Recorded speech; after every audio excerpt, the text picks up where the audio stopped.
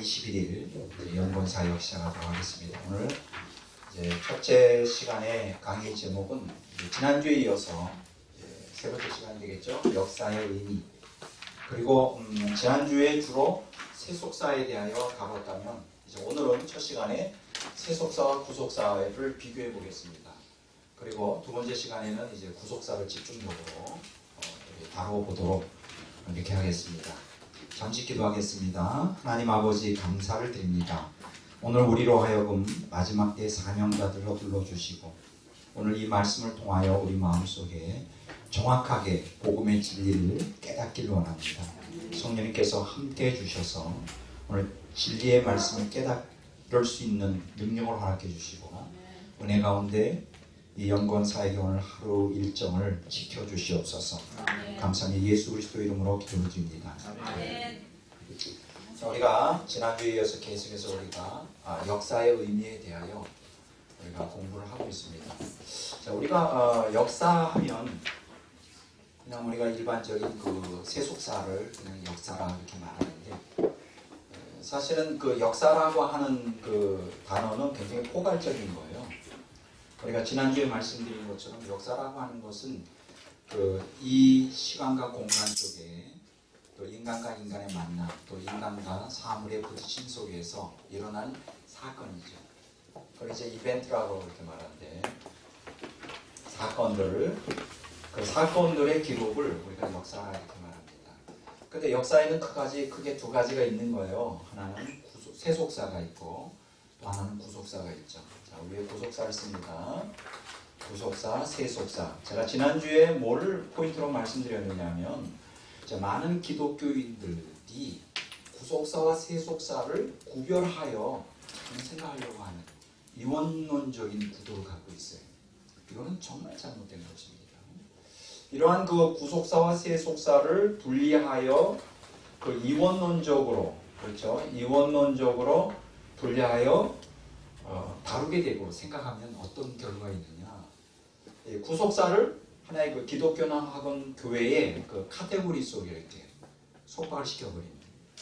그러니까 하나님은 교회 안에만 있고 하나님은 기독교 신자 안에만 역사하는 그런 하나님으로 생각하기가 쉽다는 것이고요.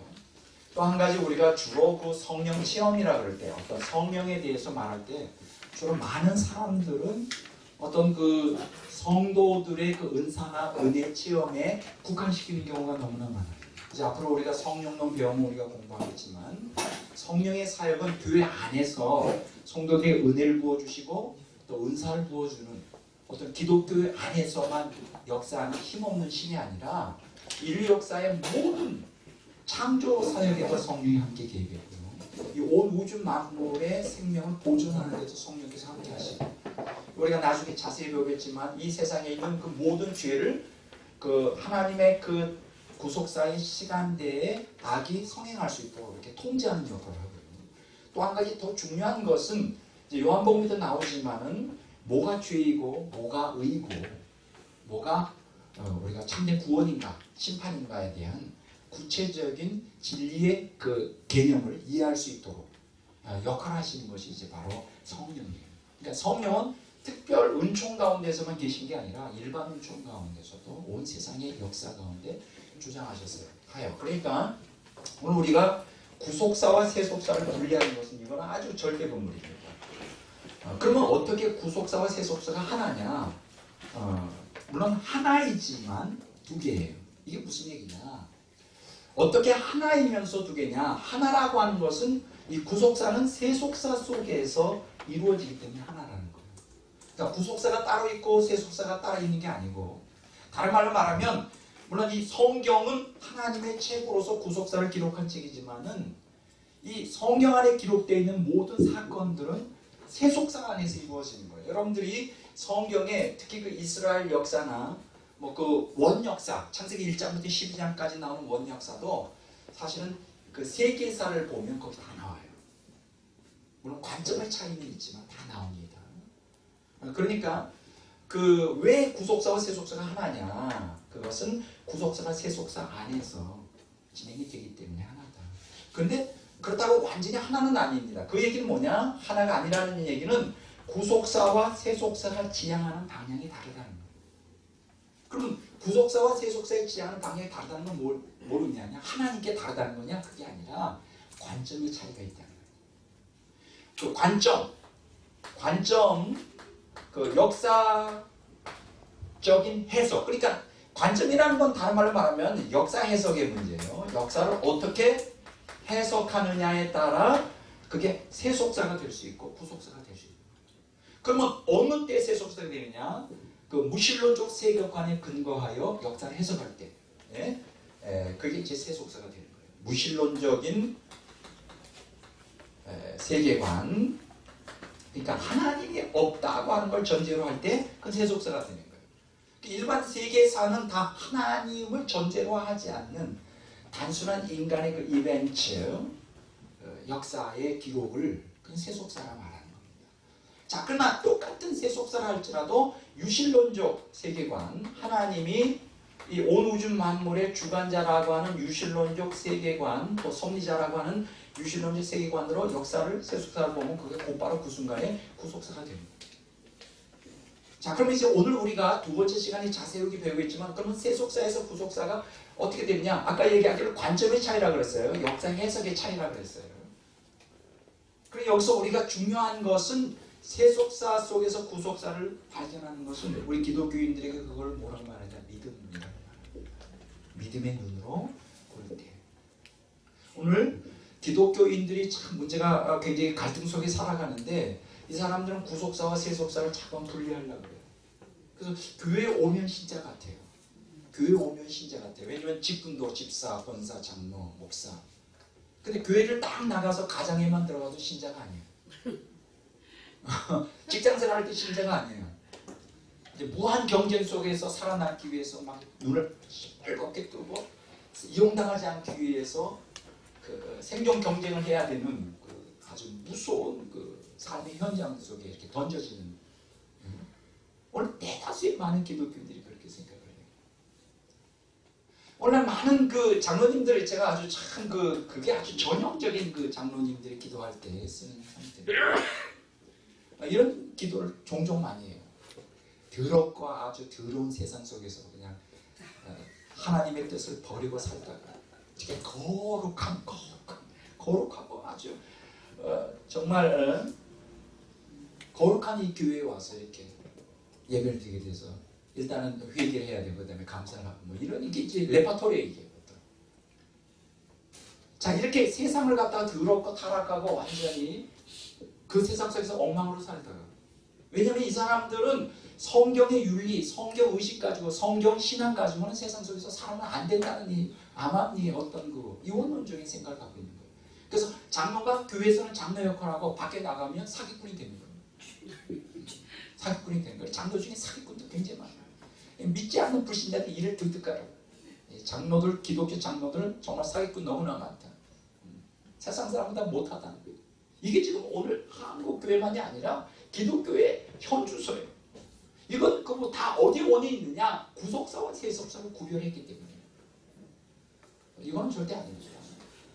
단지 관점의 차이고 역사 해석의 차이고, 그거는 신앙 문제예요. 제가 왜 이 주장을 하느냐? 여러분들이 왜 세속사와 구속사를 이 상관관계를 이해하는 게 너무나 중요하냐? 우리 기독교인이라고 뭐 특출한 삶을 사는 건 아니에요. 세상 믿지 않는 사람처럼 하루 세끼 뭐 두 끼나 세 끼 밥 먹고 뭐 별로 차이가 없어요. 제가 지난주에 얘기했잖아요. 어제가 그제 같고 그제가 오늘 같고 미래 같고, 다 그냥 어떤 면에서는 우리 기독교인들도 그냥 평범한 삶을 살아요. 그 많은 기독교인들이 뭔가 신기루 같은 신앙의 체험을 원해요. 뭔가 획기적으로 우리가 사이다를 먹었을 때 시원하게 뻥 뚫어지는 것 같은, 우리 신령은 뭔가 예수 믿어서 획기적으로 행복하고 획기적으로 뭔가 엄청 그 판타지한 그 경험을 굉장히 갈망해요.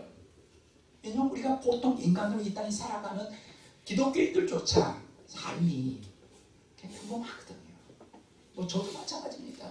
뭐 살아가는 게 평범하죠. 뭐 밥 먹고 또 뭐 자고 종종 시간 있으면 텔레비도 보고 쉬고 또 연구하고 기도하고, 뭐 다른 게 하나 있다면 이제 내 마음에 하나님을 모시고 기도 생활하고 뭐든지 항상 내 중심에 주님 뜻대로 하려고 하는 그거만 빼놓으면 세상 사람과 다른 게 하나도 없단 말이죠. 제가 왜 이 말씀을 드리냐, 물론 우리의 기독교인의 삶 속에 매일 그 전기 오르는 짜릿짜릿한 판타지한 정말 그 공중에 붕 떠있는 그러한 은사나 은혜의 체험 속에 살 수 있다면, 제가 이 말을 안 하는데 하나님이 주도적으로 구속사를 진행할 때 그런 거는 가끔 한 번씩 주시지, 항상 24시간 어느 누구에도 그렇게 역사를 안 합니다. 그러니까 우리가 특별한 경우에 하나님의 카이로스 때에 특별한 은사와 은혜를 부어주시는 것은 사실이에요. 여러분들도 그렇고 저도 그렇고. 그것이 제 인생의 삶에 활력을 주는 건 사실이지만, 그러나 대부분의 나의 삶의 대부분은 믿지 않는 사람과 다를 게 별로 평범한 삶이에요. 근데 우리는 뭔가 특별한 은총, 특별한 삶을 원해요. 두드러지는. 그건 아니에요. 그러면 특별한 은총과 은혜를 경험하지 않는 많은 기독교인들은 어떻게 생각하느냐? 하나님이 자기를 버렸다고 생각해요. 자기가 기도를 많이 못했어, 죄 가운데 있어서 하나님이 자기를 버렸다고 착각합니다. 하나님은 자기하고 역사를 안 한다고 착각해요. 하나님의 은총이 자기를 떠났다고 착각해요. 아니에요. 그리고 그 사람에게 문제가 되는 게 뭐냐? 하나님 은혜가 임하지 않아서이냐? 하나님께서 그 사람을 떠나서냐? 하나님이 그걸 기뻐하지 않았으냐? 그거 아니에요. 문제는 뭐냐? 세속사 속에서 구속사를 감지하고 느끼고 경험할 수 있는 믿음이 약한 거예요. 1차적으로 제일 중요한 건 뭐냐? 관점. 유실론적 관점, 세계관, 무실론적 세계관에서 유실론적 세계관으로 완전히 그 변형을 일으키지 못했어요. 머리로는 유실론적 세계관을 가지고 사는데 삶은 몸과 마음의 삶은 무실론적 세계관을 가지고 살아가는, 껍데기는 기독교인이 알맹이는 세속적인 사람.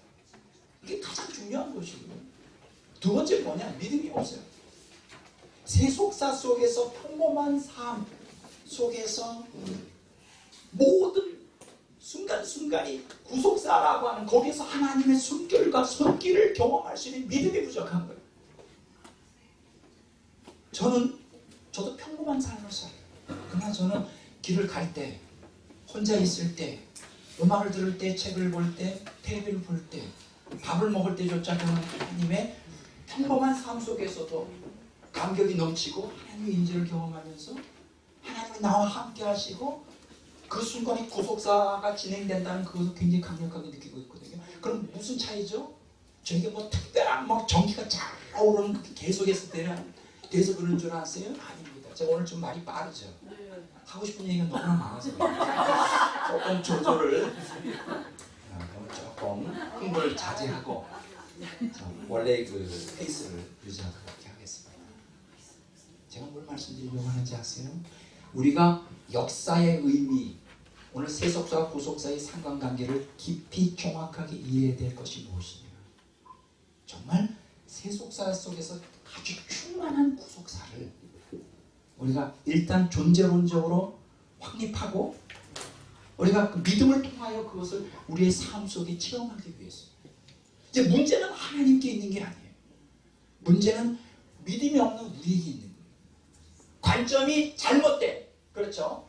역사 해석의 틀이 잘못된, 워낙 어릴 때부터 지금까지 잘못 교육받아서, 교회에서도 잘못 교육받고 세상 학교에서도 잘못 교육받아서 무신론적 세계관에 아주 익숙해져 버린 우리 자신입니다.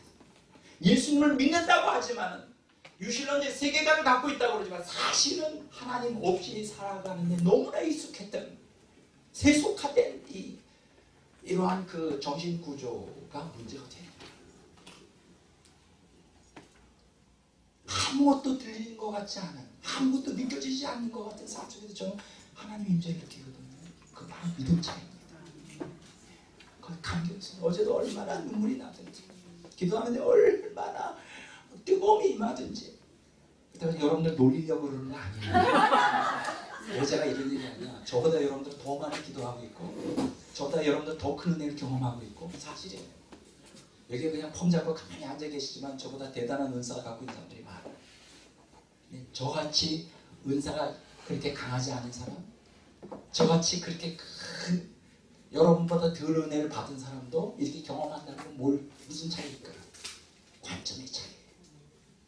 관점, 역사 해석의 차이고 믿음의 차이인 거예요. 누구든지 관점을 바꾸고 그 다음에 믿음만 가진다면, 살아있는 믿음만 가진다면, 어떤 환경이 문제가 아니라 어떤 환경 속에서도 하나님의 임재를 경험하면서 구속사를 강력하게 경험할 수 있고, 역사의 의미가 meaningful, 역사의 의미가 충만한 삶을 살 수가 있는 거예요. 자, 이게 이제 지난주에 여러분들에게 말씀을 드렸던 기로가 아닌가 이렇게 생각합니다. 그래서 우리가 역사 공부하는 거 아닙니다. 역사란 무엇이냐에 대한 아주 본질적인 구속사적인 공부를 하는 것은 너무나 중요하다. 이거 그냥 지식으로 배우는 거 아닙니다. 이해가 되시죠? 네. 이게 얼마나 중요한지. 자, 그러면 이제 오늘 첫 시간에 구속사와 세속사의 차이를 좀 한번 공부해 보도록 이렇게 하겠습니다. 구속사와 세속사의 차이. 자, 제가 한번 도표를 한번 그려볼게요. 여러분들이 좀 이해하기 쉽도록 하기 위해서 도표를 그려서 7개를 돼야 돼요.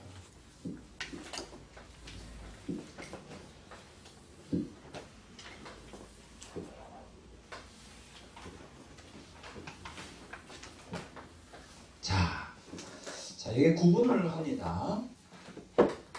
자, 오늘 여기 제목은 뭐냐? 이 도표 제목은 세속사의 주인공과 구속사의 주인공 차이예요. 세속사의 주인공과 구속사의 주인공 차이. 자, 그러면 세속사의 주인공, 여기 세속사의 주인공, 이건 구속사의 주인공. 이렇게 구분할 수 있습니다. 제일 먼저 그 의미가 뭐냐? 의미라고 하는 게 뭐냐? 세속사의 주인공이라는 게 뭐냐? 인류 역사에 지대한 영향을 끼친 사람이죠. 정의를 내리면 인류 역사에 지대한 영향 끼친 사람, 이제 우리는 이 사람들 역사의 주인공이다 이렇게 말합니다. 뭐 위인이다 그렇죠. 위인전, 위인.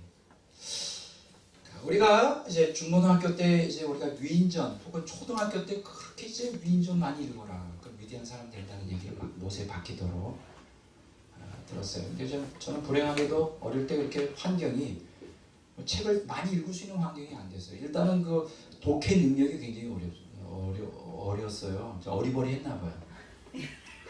한글을 잘 못 깨쳐가지고 그때 제가 생각나는 게 초등학교 때 읽으려고 몇 번 시도하다 못 읽은 책이 있는데 뭐냐면 그 12소년 표리기라고 하는 소설책이 있어요. 12소년 맞습니까? 제가 우리 여기 선생님 출신이 아주 잘 아시는데 그걸 갖다가 그 굉장히 재밌잖아요. 아주 소설이었는데 12소년 표리기인데 그걸 초등학교 때 몇 번 읽으려고 시도하다 못했어요. 왜 못했을까요? 너무 그 글들이 한글이 어려워가지고 그래서 초등학교 때는 사실 그 책 한 권도 제대로 읽지 못하고 근데 이제 우리가 그 부모들이 초등학교 때부터 위인전을 많이 읽어야 위인 된다 이런 얘기 많이 했죠. 왜 위인이 되려고 그럴까요? 인류 역사에 아주 기여를 하잖아요. 큰 영향력을 끼치고 뭐 아인슈타인이다. 뭐 대단하죠 사실은. 현대 철학의 현대 과학의 아버지죠. 아인슈타인. 그 사람은 아마 인류 역사가 존재하는 한 그 이름은 절대 없어지지 않을 거예요. 그 설문조사에 의하면 인류 역사의 최대의 그 가장 위대한 사람이 누구냐? 아인슈타인이라고 말하는 사람도 많습니다. 그만큼 대단한 사람이죠. 자, 근데 오늘 여기서 제가 말씀드리고 싶은 거는 오늘 우리가 교회에서 인류 역사의 주인공이 되라고 하는 말을 할 때 조심해야 돼요. 목사님들이 설교할 때. 왜냐하면 그거는 역사의 주인공이라는 크게 두 가지로 구분할 수 있어요. 세속사의 주인공이냐, 구속사의 주인공이냐. 그러니까 오늘 목사님들이 참 그 설교할 때 조심해야 될 건 여러분들이 역사의 주인공이 되라, 위인이 되라 말할 때 그 위인이 세속사의 위인이냐 구속사의 위인이냐 그걸 구별하셔야 돼요. 우리가 성경에서 하나님이 우리에게 가르치는 그 위인은 세속사의 주인공이 아니에요. 성도들에게 기대하는 것은 세속사의 주인공이 아니라 뭐다? 구속사의 주인공. 그러니까 목사님들이 설교할 때 교인들은 이걸 구분 잘 하셔야 돼요. 이 구분 안 되니까 뭐예요? 세속사의 주인공과 구속사의 주인공이 그냥 이렇게 섞여 있어요. 그리고 오늘날 뭐 구속사의 주인공이라고 하는 것이 다 세속사의 주인공을 포장하고 있어요. 알맹이도 없이. 이렇게 하면 안 돼요. 이거 잘못 그 교인들 가르치는 거예요. 그 영혼을 망칠 수도 있어요. 그 남자는 뭐 반기문처럼 여자는 힐러리처럼. 물론 그 유엔 사무총장 대단하죠. 그런데 그 사람이 신앙이 어떤지, 그 사람의 인격이 뭔지 알아요, 여러분? 아무도 몰라요. 뭘 본받으라는 거예요? 그 유엔 사무총장 되라는 게 본받는 거예요. 그 아무나 되나요, 또? 아마 한국 역사에 유엔 사무총장 된 거는 하늘의 별 따길 거예요. 또 한 사람 되기는 거의 불가능하죠. 반기문처럼 될 수는 없는 거죠. 자, 그러면 구속사의 주인공이라는 게 뭐냐? 달라요, 전혀 참. 하나님의 뜻에 철저히 순종한 사람. 하나님의 뜻에 철저히 어떻게 해요? 순종. 여기서 하나님의 뜻이라는 건 뭐냐? 말씀이라고 해도 과언이에요. 하나님의 뜻에 철저히 순종한 사람. 이걸 가르쳐야 돼요. 뭐 반기문 유엔 사무총장처럼 되라 이건 아니에요. 그 사람은 본받을 게 아니에요. 역사의 주인공, 구속사의 주인공은 누가 될 수 있느냐? 하나님의 어때요? 뜻에 철저히 순종한 사람. 여기서 중요한 것은 철저히 순종했다. 하나님의 뜻에 철저히 순종한 사람이에요. 항상 우리가 창세기부터 요한계시록까지 성경을 자세히 연구해 보면 누가 주도적인 역할을 하느냐? 하나님의 뜻에 순종한 사람, 말씀에 순종한 사람. 그 말씀에 순종한 그 기록이 다 어디 나오는지 알아요? 바로 믿음의 사람의 장, 히브리서 7장에 나옵니다. 하나님의 말씀에 순종한 전형적인 역사의 주인공들이 이름이 용사죠, 용사. 믿음의 용사에 대한 기록이 나오죠. 그런데 여기서 중요한 것은 하나님의 뜻에 철저한 순종한 사람이 구속사의 주인공인데 그 사람이 반드시 인류 역사에 지대한 영향을 끼친 사람일 수도 있고 아닐 수도 있다는 걸 여러분들 기억하십시오. 아닐 수도 있어요. 우리 욕먹을 수도 있어요. 하나의 좀 대표적인 하나의 예를 들어보겠습니다. 우리가 세례 요한을 한번 들어보겠습니다. 자, 우리가 한번 성경을 찾아보겠습니다. 누가복음 7장 28절입니다.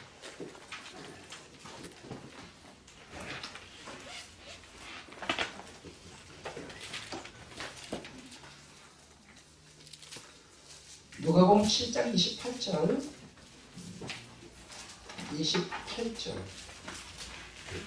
다시 읽겠습니다. 내가 너희에게 말하노니 여자가 낳은 자 중에 요한보다 큰 자가 없도다. 그러나 하나님 나라에서는 극히 작은 자라도 그보다 크니라. 굉장히 이 구절 가지고 논쟁이 많았죠. 그래서 뭐 이단 하나님의 교회 한상원교회나 또 신천지에서는 세례 요한이 천국 못 갔다 이렇게 말하기도 하죠. 이런 구절을 가지고 하나님 나라에서는 극히 작은 자보다 작은 자라도 세례 요한보다 크다는 거예요. 그리고 세례 요한을 이제 혹평하는 이유 중에 하나는 세례 요한이 옥에 가셨을 때 물어보잖아요. 오실 메시아가 예수님 맞냐 틀리냐. 믿음이 없어서 그 사람 천국 못 갔다 이런 얘기예요. 너무 이 단세포적인 해서 참 문제가 되죠. 그러면 이 얘기가 뭘까요? 예수님이 여기서 여자가 낳은 자 중에 이 땅에서는 요한보다 큰 자가 없다는 말과 하나님 나라에서는 극히 작은 자라도 요한보다 크다는 말이 무엇을 의미할까요? 여기는 구속사적인 관점이 차이되는 거예요. 다른 말로 말하면 이 땅에서 나온 자, 먼저 그것부터 해석하겠습니다. 이 땅에서 나온 자 중에 요한보다 큰 자가 없다. 그 얘기는 뭐예요? 구속사의 주인공이라는 것이죠. 세례 요한이 구속사의 주인공이라는 거예요. 근데 세례 요한이 구속사의 주인공이라기에는 너무나 좀 우리가 세속사의 주인공 치고서는 너무나 달라요. 세속사의 주인공들은 주로 어디 삽니까? 왕궁에 살죠. 화려한 옷을 입고 막 사람들의 위에 군림하잖아요. 근데 세례 요한은 광야에서 살았어요. 그가 나타날 때까지 30년간. 그리고 재미있는 것은 그가 얼마 동안 사역을 했느냐? 딱 6개월간 딱 사역을 못 배워 주임을 당했어요. 6개월간. 그러니까 6개월 동안 그것도 계속 헤롯 왕에게 회개를 외치다가 미움사가 지금 목 잘려 죽었단 말이에요. 비참해요. 세속사의 관점에서 보면 이건 정말 비참한 개죽음이죠. 광야에서 한평생 살다가 이제 막 이제 뜨려고 그러는데 인기가 막 올라갔잖아요. 세례요한한테 세례 받으려고 그냥 종교 지도자들부터 사람들까지 막 억수로 밀려왔잖아요. 한참 인기 뜨는데 예수님이 그때 초친 거지. 나와서 그러니까 세례 요한이 한참 인기가 올라가려고 그러는데 예수님이 딱 나타나면 그 인기를 다 뺏어갔어요. 그리고 얼마 있지 않은 감옥에 갇히고 못 배워 주임 당했어요. 딱 6개월 사역하고. 세속사의 관점으로 보면 완전히 비참한 거예요. 근데 하나님은 그렇게 평가하지 않죠. 예수님 뭐라 그랬어요? 여자가 낳은 자 중에 요한보다 큰 자가 없다는 거예요. 그러면 세례 요한이 왜 이렇게 큰 자일까요? 하나님의 뜻에 철저히 순종했어요. 하나님의 뜻에 철저히 순종하고 하나님이 지시하시는 대로 성령이 누구에게 임하든지 그것이 보이면 그가 바로 메시아다. 믿어라. 그게 첫째. 그걸 믿었어요. 세례 요한은. 그리고 그 모든 인기를 갖다 다 내려놨어요. 나는 낮아져야 되고 예수님은 높아져야 돼요. 얼마나 겸손한 사람이에요. 그러니까 그가 죽음을 무릅쓰고 여러분 한번 생각해 보세요. 그때 당시에 헤롯 대왕이 왕인데 거기다 대놓고 죄를 갖다가 회개하라고 외치면 그게 꼭 죽음이라는 거 몰랐겠어요. 다 알면서도 마음에 감동을 주니까 하는 거 하나님께 따라 죽을 줄 알면서 보세요. 하나님의 뜻에 철저히 순종해요. 근데 딱 6개월만 쓰이고 갔어요. 제가 뭘 말씀드리려고 하느냐, 나는 여러분들이 세속사의 주인공이 아니라 구속사의 주인공이 되길 바랍니다. 그 사람이 어떤 삶의 환경이 중요한 게 아니에요. 그 사람이 얼마나 오랫동안 사역하느냐가 중요한 게 아니에요.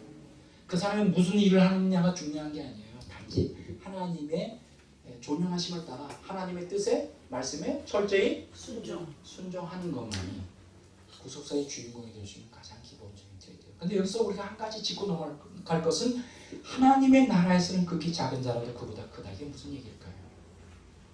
이게 이제 구약시대와 신약시대의 차이를 얘기해요. 구약시대는 우리가 그 음부론에서 우리가 공부했죠. 구약시대에는 아무리 위대한 선지자라도 곧바로 천국으로 들어가는 것이 어려웠다. 그 음부의 의인구역에 대기하고 있다가 예수님의 속죄사역이 완성된 다음에 그때 들어갔다. 그런 뜻이에요. 작다라고 하는 거는 세례 요한이 천국에서 작다는 얘기가 아니에요. 그게 아니라 그 구속사적인 관점으로 구약과 신약이 갈라지는 거예요. 자, 한번 성경을 찾아보겠습니다. 누가복음 16장 16절 보겠습니다.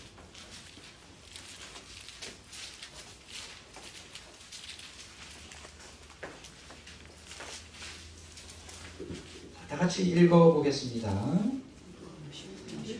누가복음 16장 16절 율법과 선지자는 요한의 때까지요. 그후부터는 하나님 나라의 복음이 전파되어 사람마다 그리로 신입하느니라. 자, 여기 보면 율법과 선지자, 이거는 구약시대죠.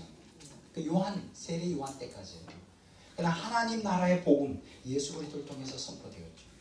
그래서 그때부터는 이제 속죄사역이 완성됐으므로 모두가 다 이제 믿음을 가진 사람은 그 천국으로 들어간다. 신노하여 들어간다. 이런 뜻이에요. 그러니까 그런 시대적인 그 관점의 그 시대적인 그 부분에서의 세례요한이 하늘나라에서 가장 작다는 것이지.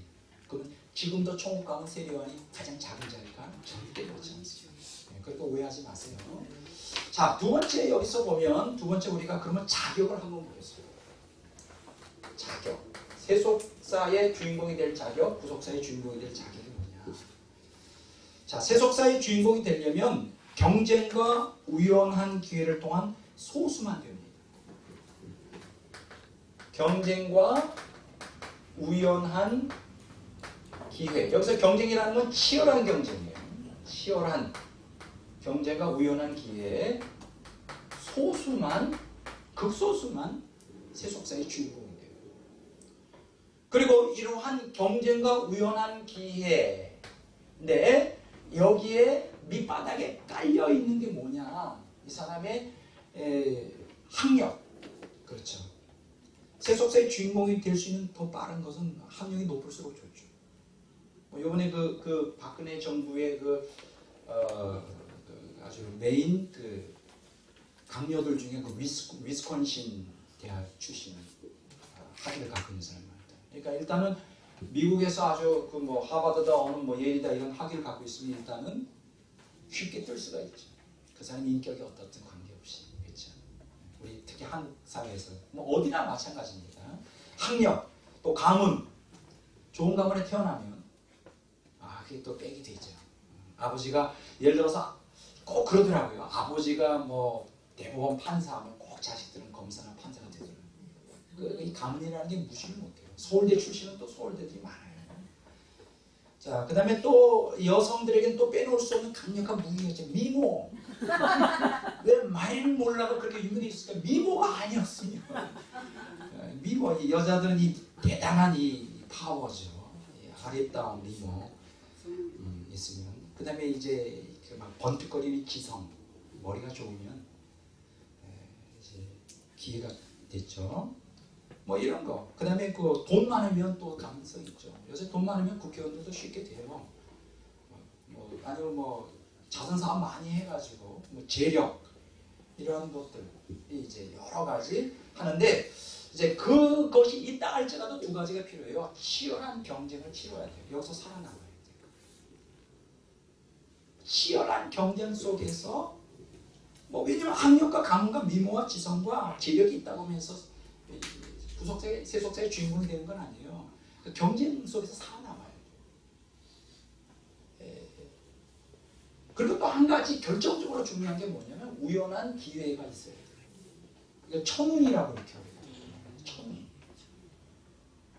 예를 들어서 하나의 아이젠하워 대통령 아시죠? 그럼 아이젠하워라는 사람이 어떻게 대통령이 될 수 있었느냐? 2차 세계대전 때문에 대통령이 됐어요. 이 사람이 연합군 총사령관이거든요. 거기에서 승전했단 말이에요. 2차 세계대전에 만약 패배했다, 연합군이. 아이젠하워는 대통령이 될 수 없죠, 당연히. 그럼 아이젠하워가 대단한 능력을 가진 대통령이냐? 그건 난 잘 모르겠어요. 왜 대통령이 되느냐? 천운이죠. 2차 세계대전 때 연합군 총사령관으로서 아주 승리를 했기 때문에 그 인기가 막 올라가면서 그냥 대통령으로 연결됩니다. 천운이죠, 천운. 그래서 항상 보면요, 역사의 주인공들은 항상 국가가 위기에 처해 있을 때 나타나요. 그런 사람들이 발군의 능력을 발휘한다고요. 예를 들어서 존 메가더 장군. 이 사람도 2차 세계대전 때도 대단한 분이었고 태평양 전쟁에서 발군의 능력을 발휘했던 군인이었고 한국 6.25 전쟁 때도 사실 메가더 장군 우리가 잘 알잖아요. 근데 이 사람은 계속 북한까지 이제 중공군을 향하여 원자탄도 쏘아 올리자 계속 북진하자 그러니까 잘랐죠? 누가 잘랐죠? 트루만 대통령이 잘랐죠. 이거 안 되겠다. 이 사람 잘못했다면 제3차 세계대전이 일어나겠다. 비운에 노병은 죽는 것이 아니라 사라진다라는 이름만 남기고 그렇죠. 그러면 이 메가더 장군이 아이젠하워 대통령 장군보다 못해서 대통령 안 됐습니까? 아니죠. 천운이에요. 운이 따라줘야 돼요. 이게 두 가지로서 치열한 경쟁 속에서 우연한 기회, 그것도 소수예요. 역사에 이름을 남긴다는 건 그렇게 쉽지가 않아요.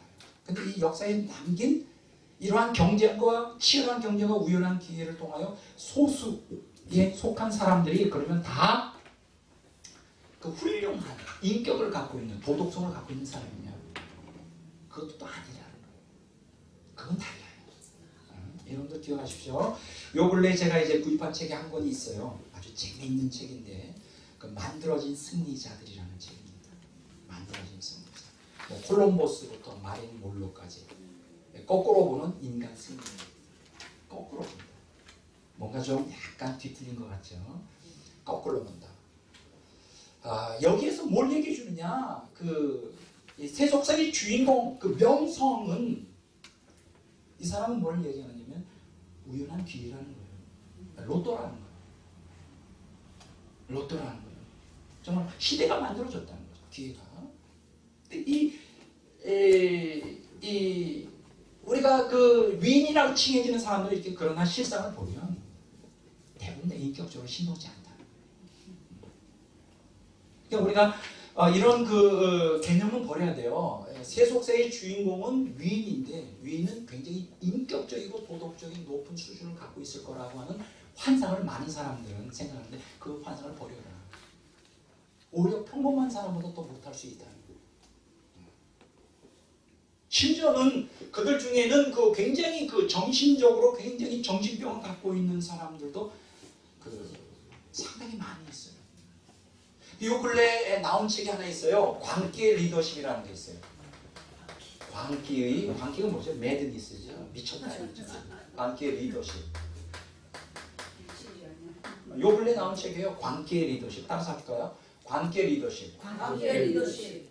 이게 무슨 얘기냐? 이 정치가나 예술가나 많은 이 세상에 영향을 끼친 역사의 위인이라고 말하는 사람들이 정신병적인, 편집증적인, 또 여러 가지 거의 정신병 수준에 있는 사람들이 많다는 거예요. 정상이 아니라는 거예요. 놀라운 것은 위기 때 그게 또 발휘를 한다는 거예요. 정신병적인 이상한 성격. 그러니까 여러분이 우리가 항상 생각하는 우리 마음속에 보편적으로 대중들이 생각하는 위인이다, 위인전이다, 역사의 주인공이라는 건 너무 윤리적이고 도덕적이고 인격이 고매한 사람으로 생각하지 말고 단지 시대가 그렇게 만들어줬다. 기회가 타고나서 이렇게 된 것이고 그렇게 생각해도 돼요. 그 이상으로 생각할 필요는 없다. 그렇게 여러분들에게 이제 말씀을 드리고 싶어요. 그러니까 이제 그렇게만 여러분들이 생각하시면 됩니다.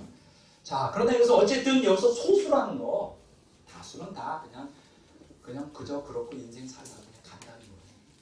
대부분 다 그냥 텔레비 앞에 앉아서 텔레비 보다 그냥 간다. 그래요. 그런데 구속사의 주인공은 전혀 달라요. 저는 여기서 하나님에 대해서 너무나 감사합니다. 만약 세속사의 주인공이 되려면 나 같은 사람은 명함도 못 내겠지. 약간 세속사의 주인공이 되려면 광기도 좀 있어야 돼. 약간 미친 것 같은. 저한테는 별로 이런 게 없어요. 별로. 그리고 막 치열한 경쟁에서 살아남을 마음도 없고 우연한 기회도 전혀 저한테는 이런 기회도 주어지지 한때는 20대 30대 때는 세계적인 종이 되리라 이런 야망을 품었지만 그것도 보니까 잘못했다간 지옥 갈 것 같고 그래서 저는 이 자격이 없어요. 세속사의 주인공. 그런데 너무나 감사한 게 뭐냐, 구속사의 주인공은 될 수 있는 기회가 된다. 어떻게 될까? 두 가지예요. 하나님의 은혜와 섭리. 하나님의 은혜와 섭리로 가운데 중요한 것은 소수가 아니라 누구나 될 수 있어요. 섭리로 누구나. 여기 매력이 있어요. 우리가 여기 세속사의 주인공은 소수예요. 이거 하늘의 별따기예요. 그런데 구속사의 주인공은 누구나 다 될 수 있어요. 근데 재밌는 것은 누구나 다 되는데 누구나 될 수 있는 베이스가 뭐냐? 하나님의 은혜. 하나님의 은혜만 우리 안에 계속 머물러 있습니다. 그 은혜 가운데서 믿음으로 신앙생활하는 가운데 하나님의 섭리를 믿음의 눈으로 잘 분별하면서 가면 누구라도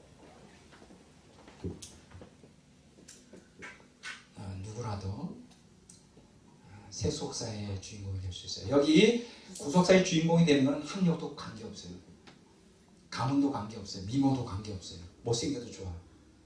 돈이 없어도 좋아. 나이, 특히 더 중요한 건 나이 보는 거.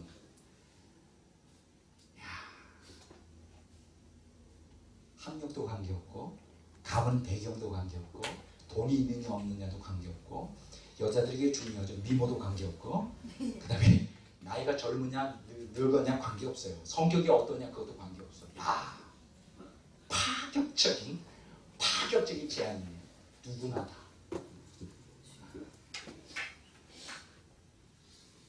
예를 들어볼까요? 라합을 한번 생각해 봅시다. 라합. 도대체 여러분 히브리서 11장에 보면 라합에 대한 믿음의 그 구속사의 주인공들 이름이 쭉 나오잖아요. 뭐 이런 얘기하려면 한도 끝도 없죠. 라합을 한번 보겠습니다. 마태복음 1장 5절 한번 봐요. 뭐 다 아는 얘기지만.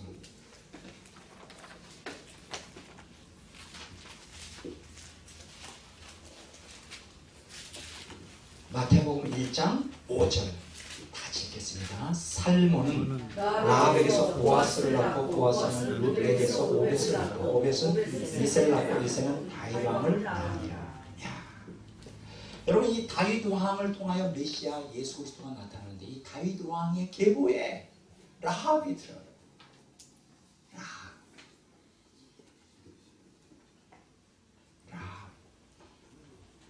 근데 이 라합이 히브리서 11장에도 나오거든요. 히브리서 11장 31절 한번 보겠습니다. 제가 지금 뭐 다 아는 얘기지만 증거를 또 딱 확증해야죠. 히브리서 11장 31절입니다.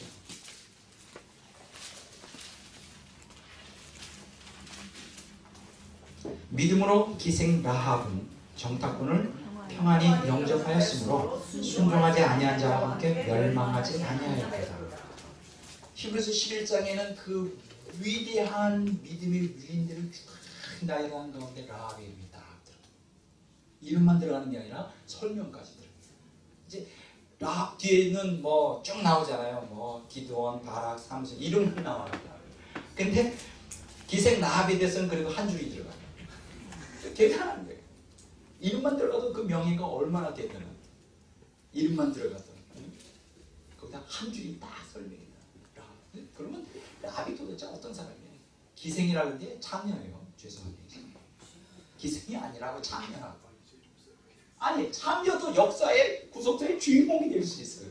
그럼 우리도 한번 해볼 만하지 않아요? 그렇다고 뭐 참여를 제가 무시한 건 절대 아닙니다.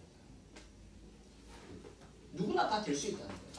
은혜와 섭리 가운데. 그러면 여기서 중요한 것은 하나님의 은혜와 섭리 가운데인데 여기서 단서가 있어요. 하나님의 은혜와 섭리 가운데 구속사의 주인공이 되려면 단서가 하나 있어요. 믿음으로 응답을 해야 돼요. 아무나 되는 것도 아니에요. 믿어야 돼요. 여기서 말하는 믿음이라는 거 믿습니다가 아니에요. 다 믿죠. 교회 다니는 사람 중에 예수님 안 믿는 사람도 있어요. 근데 여기서 중요한 말하는 믿음이라는 거는 라합의 믿음이라는 건 순종이에요. 순종하는 믿음. 순종하지 않으면 그것은 다 의미가 없는 거예요. 제가 여기에서 역사의 주인공이 되는 것은 하나님의 은혜와 섭리로 누구나 되는데 단서가 하나 있어요. 순종하는 믿음. 따스합니다. 순종하는 믿음. 순종하는 믿음. 이것만 갖고 있으면 우리는 역사의 주인공이 다 될 수 있습니다. 저는 그래서 순종하는 믿음을 갖기로 결단했습니다. 순종하는 믿음. 근데 제가 순종하는 믿음을 가져봤더니 제 신앙이 성장하더라고요. 믿습니다만 한동안 제가 수십 년 동안 외쳤는데 제 신앙이 성장 안 했는데 순종하는 믿음을 가졌더니 하나님의 강력한 임재와 세속사가 구속사로 이해가 되면서 하루하루의 삶이 의미로 가득 찬 meaningful life, 의미로 가득 찬 삶이 되었어요. 저는 너무나 감사해요. 너무나 감격적인 삶을 살아요. 그렇다고 뭐 제가 매일 뭐 전기가 잘 흐르듯이 뭐 하나님의 은혜가 임하는 것도 아니고 뭐 매일 뭐 좋은 일만 생기는 것도 아닌데 그냥 평범한 삶이에요. 그렇지만 그게 의미로 가득 차 있어요. 감격으로 벅찬 삶을 살고 있어요. 왜 그럴까? 하나님의 은혜예요. 하나님의 섭리 가운데 되는데 여기서 중요한 것은 제가 뭘 하고 있느냐? 순종하는 믿음을 갖고 있다는 거죠. 다섯다. 순종하는 믿음. 자, 야고보서 2장 25절 봅니다. 야고보서 2장 25절. 자, 다 같이 읽어보겠습니다. 또 자, 아직 못 찾으셨어요? 야고보서 2장 25절. 또 이와 같이 아이도 못 찾으신 분이 있네요. 그래, 좋아요. 3세번. 자, 또 이와 같이 기생 라합이 사자들을 접대하여 다른 길로 나가게 할 때 행함으로 의롭다 하심을 받은 것이 아니냐. 이게 뭐예요? 행함으로 의롭다함을 받았다. 순종하는 믿음이라는 거예요. 뭐 행위를 얘기하는 게 아니라, 행위 구원이 아니라 순종하는 믿음을 가졌다는 거예요.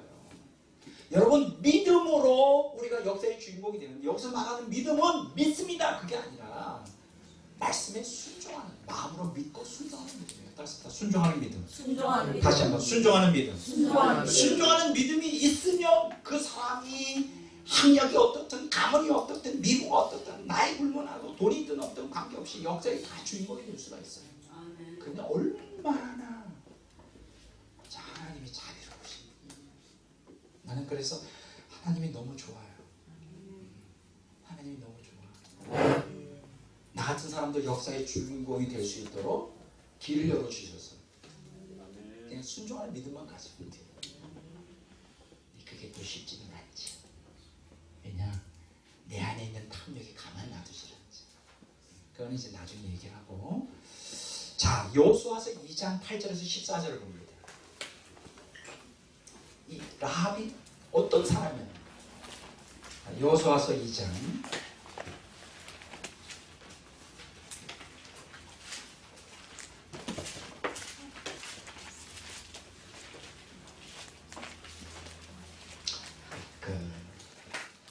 여호수아서 2장 8절에서 14절. 이걸 어떻게 다 찾나요? 다 읽을 수가 없는데. 자, 부분 읽을게요. 여기 보면 이제 그 정탐하러 온 두 정탐꾼을 라합의 집에 이제 숨겨주잖아요. 근데 그 두 사람 앞에서 라합이 다음과 같은 고백을 합니다.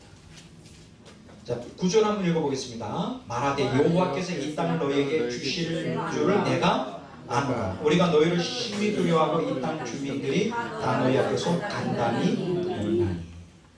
네, 여기서 대단한 신앙의 고백을 합니다. 그냥 마음으로 믿는 거예요. 하나님을 믿는 거예요. 여호와라고 하는 하나님, 전지전능한 능력의 하나님을 믿는 거예요. 그걸 고백합니다. 인격적인 하나님을 믿는 거예요. 그러면서 11절에 보면 우리 다 같이 읽어봅시다. 우리가 듣자 곧 마음이 녹았고 너희로 말미암아 사람이 정신을 잃었나니 너희의 하나님 여호와는 위로는 하늘에서도 아래로는 땅에서도 하나님이시라. 그때 당시에 그 다신론이 성행하던 그때의 인격적인 초월적 하나님을 고백한다는 건 대단한 고백입니다. 근데 여기서 마음으로 믿는 것으로 끝나지 않죠. 두 번째로 라합이 순종하는 믿음을 가졌다는 걸 어떻게 아느냐. 이제 두 정탐꾼이 얘기합니다. 당신이 우리를 숨겨줘서 선대하여 숨겨준다면 너를 살려주겠다. 그러니까 라합이 요청을 하죠. 내가 두 정탐꾼을 잘 숨겨줘서 돌아가도록 할 테니까 나와 우리 집안을 다 구원해달라. 그래서 빨간 리본을 달아서 그 표징을 하죠. 그때 이 두 정탐꾼이 뭐라고 얘기하냐? 만약 라합이 네가 약속을 지킨다면 그대로 우리는 시행할 것이다. 너와 내 가족들을 구원해 줄 것이다. 그래서 어떻게 해요? 라합이 그대로 행하죠. 이게 중요한 거예요. 자기가 마음으로 믿는 그 하나님에 대한 신앙을 그들의 행동으로 옮겨요. 순종하는 신앙, 순종하는 믿음, 그대로 행해요. 오늘 우리에게 중요해요. 마음으로 믿는 거 너무나 중요합니다. 그러면 중요한 건 뭐냐? 마음을 믿었다면 순종해야죠. 하나님이 말씀하시는 대로 순종해야 돼요. 순종하지 않으면 내 마음에 믿는 그 믿음은 완성될 수가 없는 거예요. 구원으로 이루어지지 않는 거예요. 여러분, 자격은 뭐냐? 하나님의 은혜와 섭리 가운데 누구나 다 돼요. 학력, 가문, 미모, 나이 불문해. 과거가 어떤 거 하나님 따지지 않아요. 얼마나 좋으신 하나님. 라합은 창녀였어요. 얼마나 좋으신 하나님. 성경에 그런 얘기들이 너무나 많죠. 사사 중에서도 가문이 전혀 안 좋은 집안도 하나님이 택하셨어요. 그러면 하나님이 왜 그들을 택하여 쓰셨을까요? 철저히 하나님의 뜻에 순종했기 때문에. 여러분, 과거에는 어떻게 살았는지는 제가 묻지 않습니다. 지금 남아있는 여러분의 생애가 10년이든 20년이든 한 가지만 하세요. 하나님의 말씀에 철저히 순종하고자 하는 각오만 가졌어요. 그러면 인생 전환, 인생 역전합니다. 우리가 세상 말로 말하면 대박 터집니다. 유승준이가 그 생각나요? 유승준 아시죠? 네. 가 유승준. 근데 이분이 이제 군대를 안 가고 뭐 미국 시민권 따는 바람에 중국에서 못 들어오고 있죠. 근데 제가 뭐 여기에 대해서 얘기할 마음이 없습니다만은 한 가지 지금 몇 년이 지났는데도 내 머리에서 잊혀지지 않는 그 한마디가 있어요. 이 사람이 그 교회 생활 잘했거든요. 근데 이제 기도 제목이 뭐냐 했더니 그 이제 그 가수들이 제일 중요한 게 그 CD를 제작해가지고 파는 거잖아요. 그 음악 그 뭐라 그러죠? 음악 CD를 만들어서 이제 팔잖아요. 그거 하나 만들면 뭐 몇천만씩 든다고 하더라고요. 대박나게 해달라고. 여러분 지금 문제가 되는 게 예수님 믿는 목적이 뭐예요? 우리가 하는 사업이나 우리가 하는 일에 대박나는 게 하나님의 뜻이에요. 그래서 제가 걱정했어요. 그분에 대하여. 이런 신앙 가지면 안 되는데. 아니 대박나는 게 중요한 게 아니에요. 하나님의 말씀에 순종하는 게 중요합니다. 한 사람 예를 더 들어보겠습니다. 사도행전 9장이에요. 사도행전 9장. 자, 우리가 한번 좀 보도록 하겠습니다. 그 다비다에 대한 얘기입니다.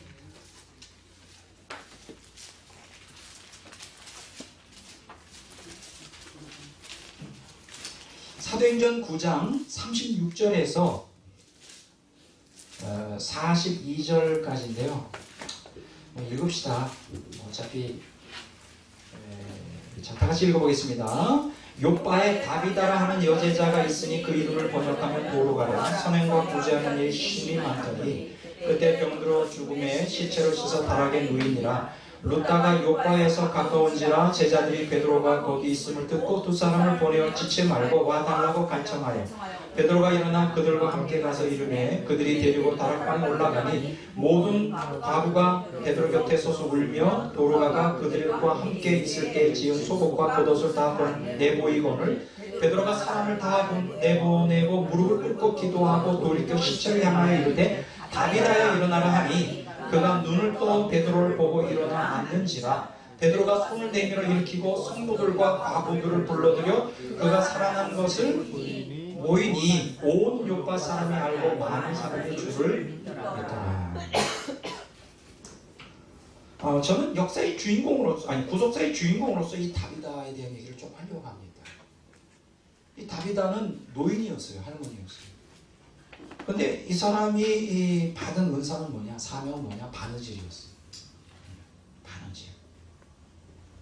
그러니까 한마디로 말하면 바느질을 통하여 하나님께 영광 돌리는 삶을 살았던 것이죠. 그러니까 이 사람이 할 수 있는 유일한 것은 바느질밖에 없었어요. 사실. 그래서 이 바느질을 통하여 속옷이나 겉옷 이런 옷을 만들어주는 역할을 했어요. 근데 여러분들 아시겠지만 2000년 전에 그때 당시에 초기 교회 때는 옷을 구입한다면 굉장히 비싼 거였죠. 속옷도 겉옷도 그렇죠. 이런 바느질을 통하여 그 옷을 만들어준다는 것은 정말 큰 선물이죠. 그 일을 했단 말이에요. 근데 여기 보면 우리의 그 눈을 끄는 게 뭐냐? 이 사람이 이제 제자라고 하는 단어를 사도행전 9장에 보면 여제자. 여제다. 제자란 거는 마데트리아라고 하는데 이게 뭐냐면 예수님의 제자라는 거예요. 그러면 성경에서 제자라의 부름에 대해서 예수님은 몇 가지 얘기를 하죠. 자기 부모와 처자와 형제와 자매와 자기 목숨까지 미워하지 않으면 내 제자가 되지 못한다. 이런 얘기도 하시고요. 또 누구든지 자기 십자가를 지고 나를 쫓지 않는 자도 능히 내 제자가 되지 못한다. 그 다음에 자기 소유를 다 버리지 않으면 능히 내 제자가 되지 못한다. 이 세 가지 사실은 결단을 제자들이 요구하거든요. 이거는 특수한 예수님이 12제자에게만 요구하는 게 아니라 모든 예수 믿는 사람에게 사실 다 요구하는 거예요. 이 다비다는 바로 이러한 예수님이 기본적인 요구를 밑에 깔고 청빈, 순종, 순결의 그 기본적인 사상을 밑에 깔고 이 사람에게 주어진 것이 무엇이었느냐? 바느질하는 은사가 그 사람이 유일하게 행할 수 있는 것이었어요. 뭐 바울처럼 뭐 베드로처럼 나가서 복음을 그렇게 잘 전파할 수 있는 뭐 지성도 갖춰지지 않은 상태에 있었단 말이죠. 자, 그런데 이 바느질을 통하여 이 사람은 철저히 하나님의 뜻에 따라 순종하는 삶을 살아갑니다. 그래서 그 주변에 있는 과부들에게, 가난하고 어려운 과부들에게 많은 영향을 미치죠. 여기에 보면 사도행전 9장 36절에 보면 선행과 구제하는 일이 심히 많았다라는 것이 나오죠. 이걸 Today's English 버전에 보면 이렇게 번역되어 있어요. She spent all her time doing good and helping the poor. 그 도루가는 그녀의 모든 시간들을 선을 행하고 가난한 사람을 돕는 데 썼다. 모든 시간을, 모든 힘을, 모든 에너지를 선을 행하고 가난한 사람을 돕는 데 썼다는 것이죠. 자, 여기서 중요한 게 뭡니까? 여기 이 짧은 시간에 제가 드리고 싶은 얘기가 뭐냐 하면 다비다는 철저히 하나님의 뜻을 따라 자기에게 주신 은혜와 은사대로 최선을 다했다. 그래서 놀라운 역사가 일어나죠. 요바에 베드로가 가서 이 사람을 살리자. 소생시키자. 하나님의 크신 은총이 그에게 임하는 것이죠. 이 다비다는 구속사의 주인공이에요. 우리가 구속사의 주인공이 된다는 게 그렇게 어렵지 않아요. 다비다가 가지고 하나님에게 받은 거는 바느질하는 은사였어요. 그것만 하는 거예요. 그리고 이 다비다도 사실은 부자는 아니지만은 최선을 다하여 선을 행하고 가난한 자를 돕는 거예요. 가난한 자를 돕는 건 돈이 있어서 하는 게 아니에요. 사랑은 거예요. 그래서 이 사람은 역사의 주인공. 성경의 아주 중요한 스토리로서 사도행전에 다비다에 대한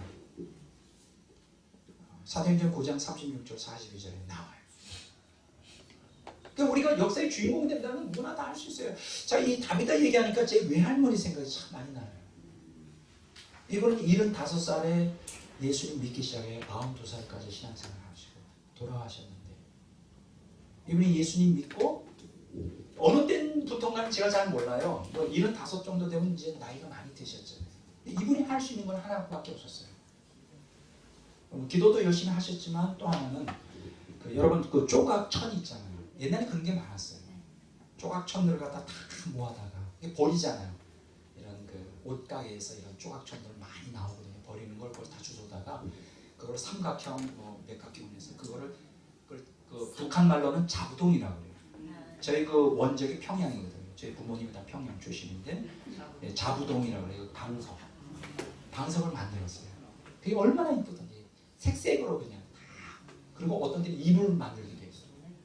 그러니까 그분은 평생 남은 인생 동안 기도하면서 매일 그 우리가 말하는 자부동 그 방석과 그 이불을 만들어서 홑 껍데기죠. 그분 굉장히 아름답죠. 그 손으로 다 바느질해가지고 거의 눈이 안 보일 때까지 계속 하시다가 가셨어요. 나는 그 할머니 생각입니다. 하나님이 그에게 주신 건 두 가지예요. 기도하는 사명과 또 하나는 방석, 그 홑 껍데기, 이불 껍데기를 그걸 조각, 천 조각들에서 하루 종일 하는 거예요. 돈 안 받고 그냥 주는 거예요.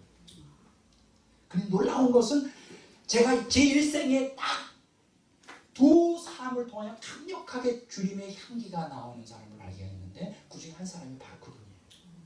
예수님의 향기가 그 오로라라고 그러죠. 이렇게 곁에 가면 신비한 향기가 나와요. 제가 그 향기 때문에 제 발로 걸어서 중학교 2학년 때 교회를 가게 된 거예요. 예수 믿게 된 거예요. 우리 외할머니 같은 경우는 무슨 공부도 많이 한 사람 아니에요? 옛날 사람입니까?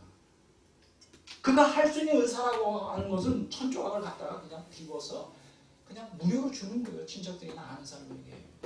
그리고 만날 때마다 예수 믿으세요. 전도하는 거예요. 기도하면서.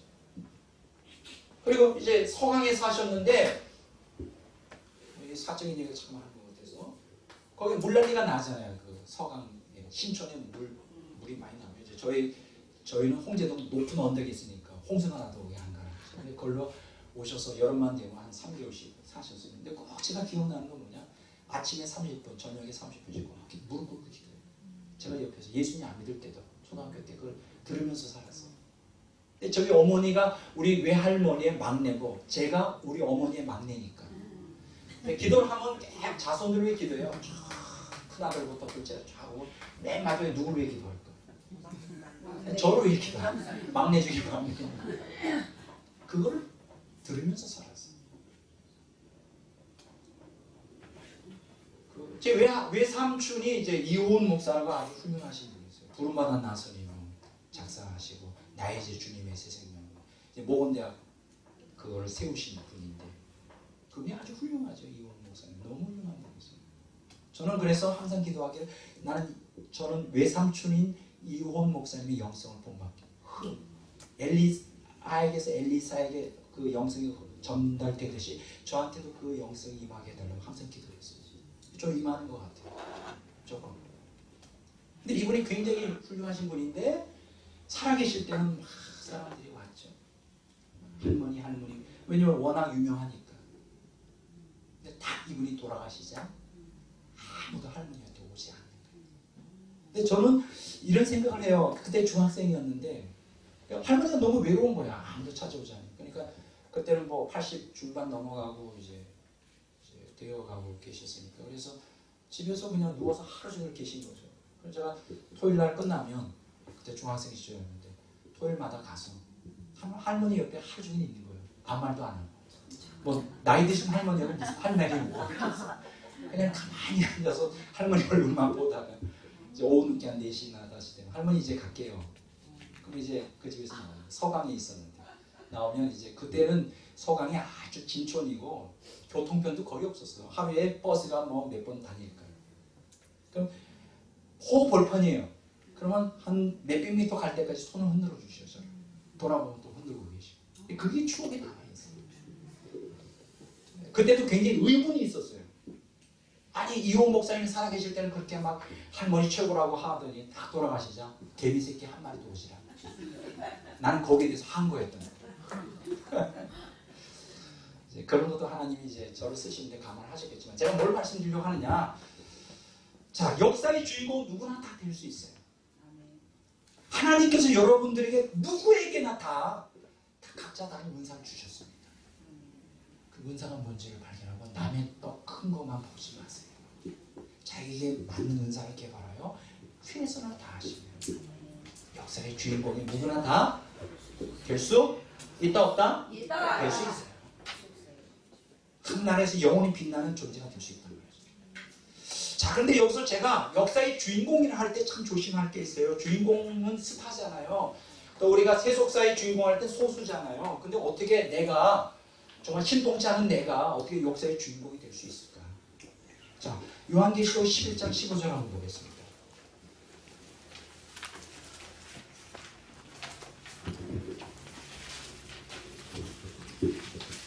자, 요한계시록 11장 15절 다 같이 읽겠습니다.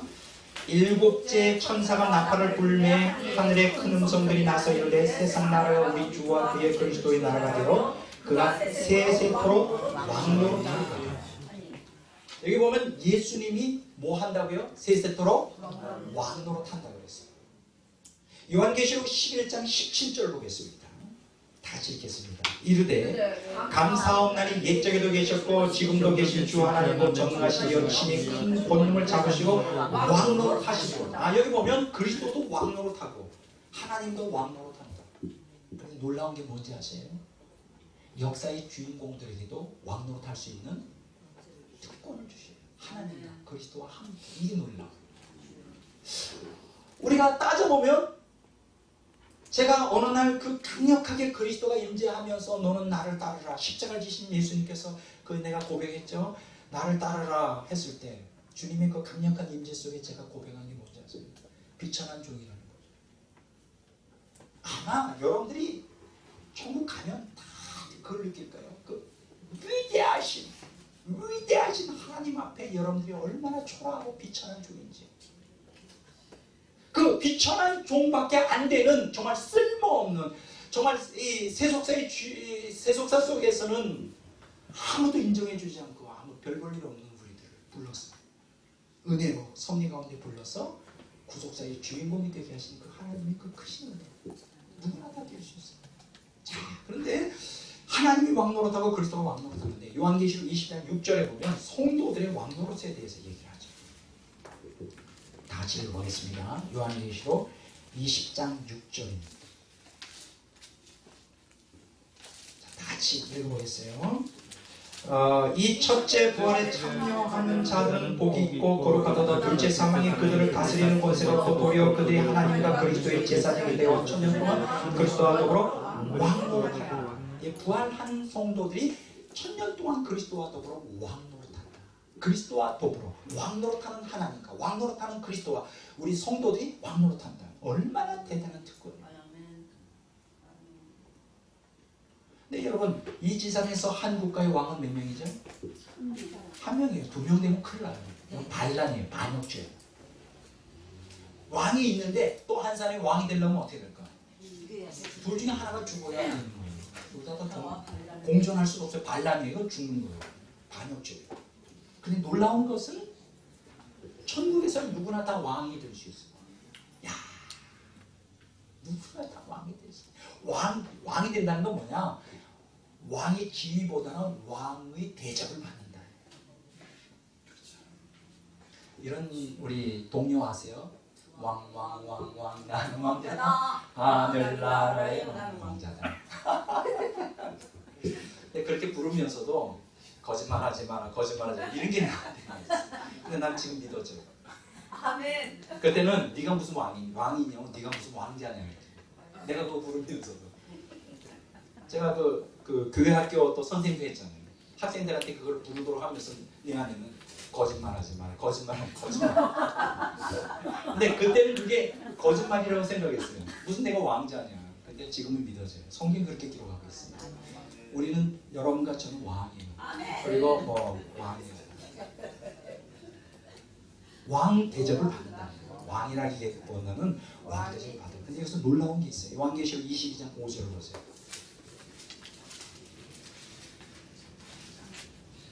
자, 다 같이 읽어보겠습니다. 다시 밤이 없겠고 등불과 햇빛이 쓸데없으니 이는 주 하나님이 그들에게 비추심이라. 그들이 세 세트로 왕노를 하리라. 자, 요한계시록 20장에 보면 부활한 성도들이 왕노릇한다고 했는데 천년 동안 여기 보면 천국 들어간 모든 성도들이 세 세트로 왕노릇한다는 거예요. 세 세트로 왕노릇. 물론 요한계시록 2장 3장에 보면 성도들이 두 개로 구분이 돼요. 통치권을 받는 성도들과 또 영생을 구원받는 성도들이 구분이 돼요. 사실 다 보좌에 앉아서 통치하는 건 아니에요. 그러나 제가 여기서 말하는 것은 하나님께서는 그 사람이 1층천에 있든 2층천에 있든 3층천에 있든 어느 위치에 있든 관계없이 다 왕으로서 대접해 주겠다. 정도의 차이는 있지. 그러니까 우리가 단순히 구속사에 참여하는 것이 아니라 우리가 구속사에 함께 참여하는 그것도 큰 영광인데 비천한 종이 뭐라고 왕 중에 왕, 만왕의 왕이신 주님께서 먼저 십자가 지고 가시면서 너는 나를 따르라 하시는데 비천한 종이 거기 참여한다는 것만 해도 큰 영광 아니에요?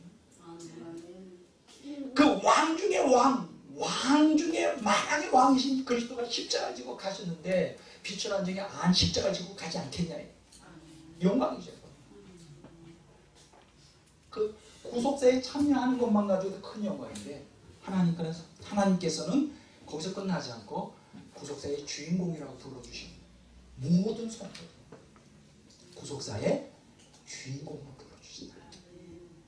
다시 합시다. 우리는 구속사의 주인공이다. 주인공.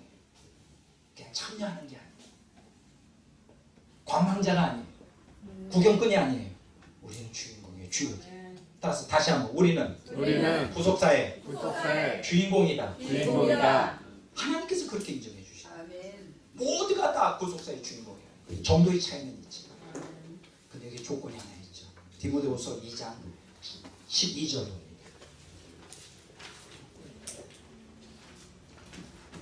디모데후서 2장 12절.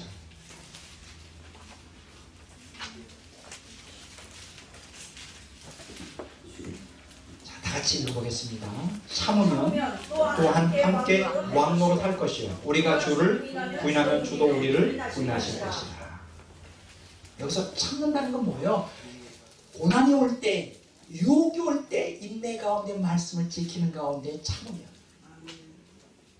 참으면 뭐라고요? 왕노릇. 그리스도와 함께 왕노릇한다.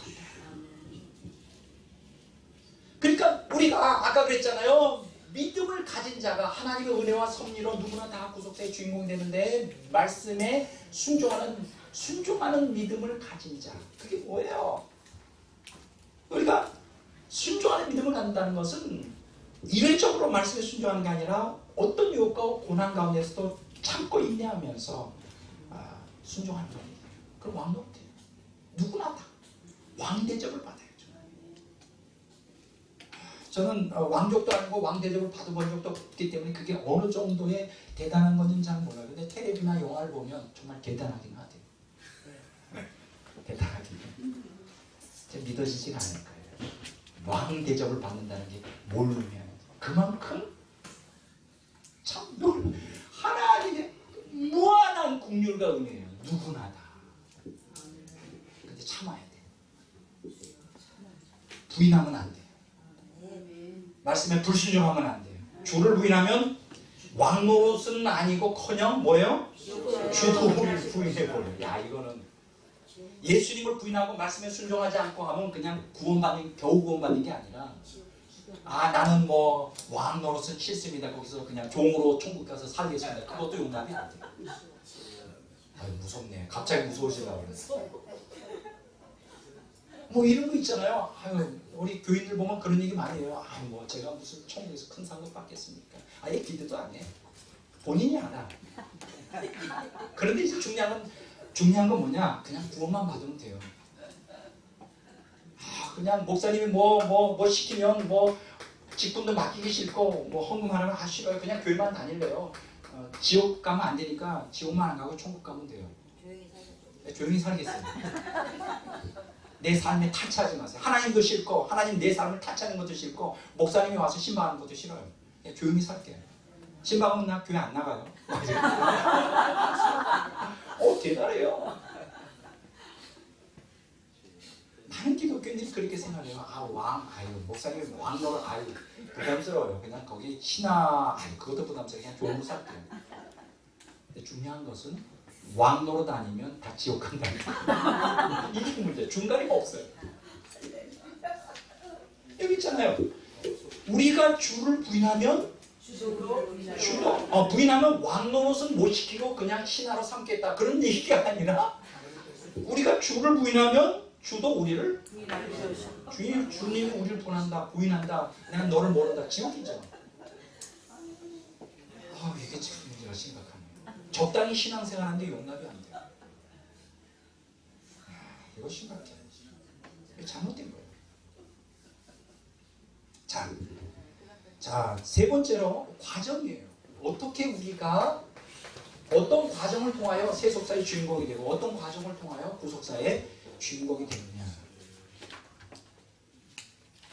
세 가지, 세속사의 주인공이 되려면 세 가지가 있어야 돼요. 그 사람들을 연구해 보면 이 세속사의 주인공이 될 수밖에 없는 물론 거기에는 그 치열한 경쟁과 우연한 기회가 따라줘야 되지만 공통적으로 갖고 있는 게 있어요. 위대한 위인들에게는 창의와 집중과 노력이에요. 창의, 집중, 노력. 이 세 가지가 공통적으로 갖고 있어요. 그 사람들이 과학자든 철학자든 정치가든 그 무엇이든 재벌이든 창의력이 있어야 돼요. 여러분, 뭔가 이 역사에 남을 만한 일을 하려면 남이 하지 않는 걸 해야 돼요. 그렇죠.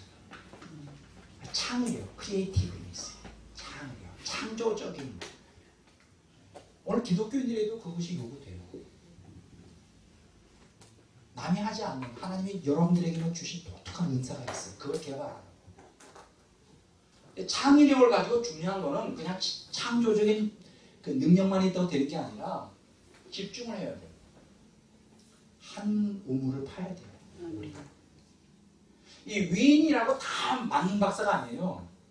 아인슈타인이라고 뭐 다 잘하는 게 아니에요.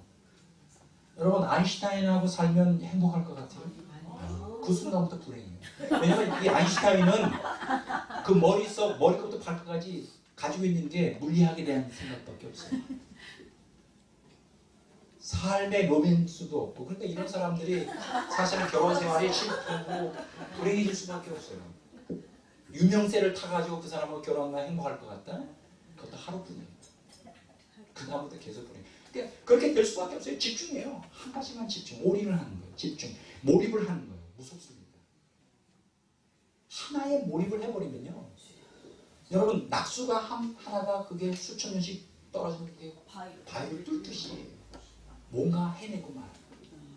다 그래서 그렇게 되는 거예요. 그리고 거기에 집중할 뿐 아니라 정말 피눈물 나는 노력을 하는 거예요. 그래서 위대한 업적을 남기는 거예요. 누구나 다 마찬가지예요. 노력 안 하고 그냥 우연한 기회에 그런 사람들은 곧바로 낙오되고 말아요.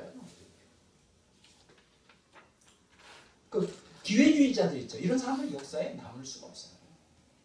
인류에 공헌할 수 없어요. 창의력.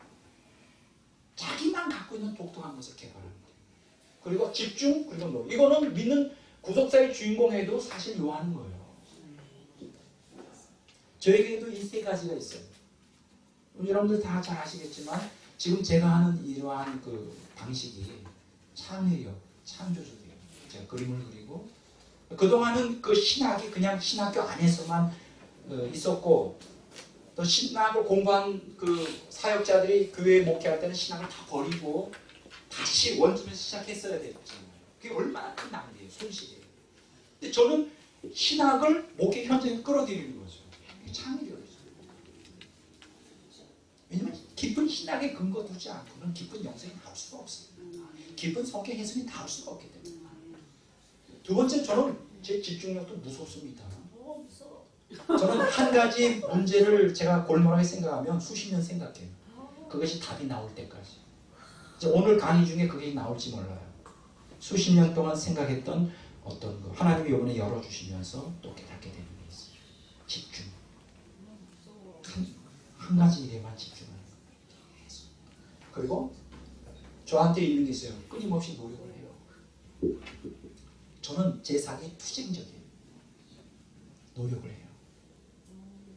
근데 이것은 세속사의 주인공이나 구속사의 주인공에도 사실 무슨 일을 하든지 창의력과 집중과 노력은 다 따라주는 거예요. 특히 세속사에는 더 그래요. 이제 그런 측면에서 여러분들에게 좀 소개해 드릴 수 있는 뭐 꼭 사시는 건 아니라도 좋아요. 아주 이쪽 분야에 아주 뛰어난 책들이 두 권 있어요. 하워드 가드너라고 하는 아주 유명한 저자인데 이 사람이 두 권의 책을 썼어요. 한 권은 통찰과 포용이라고 우리 한국말로 그렇게 되는데 여기 이제 원어는 Leading Minds, 그러니까 지도력이죠. 지도력. 어떻게 이 세상의 위대한 위인들은 어떠한 지도력을 갖고 있었을까? 아무나 위인이 되는 건 아니에요. 굉장히 훌륭한 책입니다. 이 분야에서 아주 탁월한 책이고 이분이 쓴 또 한 권의 책이 있어요. 그게 뭐냐 하면 그 Creating Minds라고 하는 창조, 창의성, 그러니까 열정과 기질로 번역이 되어 있죠. 이 두 권의 책, 열정과 기질, 통찰과 포용, 이것은 이제 창의와 집중과 노력이라고 하는 세 단어로 아우러질 수 있는데 이제 하워드 가드너라는 사람을 통하여 어떻게 그 세속자의 주인공이 되느냐, 그들의 그 탁월성에 대해서 아주 잘 표현해주는 책입니다. 그러니까 꼭 이 세상에서 성공하는 사람 보면 뭔가 좀 특출난 게 있어요. 뭔가 다르다, 일반 사람하고. 그러면 구속사의 주인공이 되려면 그 과정은 뭐가 필요하느냐? 우리에게 세 가지가 필요해요. 여러분들 주인공이 되려면 첫째는 믿음이에요. 두 번째는 충성이에요. 세 번째는 인내예요. 자, 우리가 한번 성경을 찾아보겠습니다. 디모데후서 4장 7절 8절 보면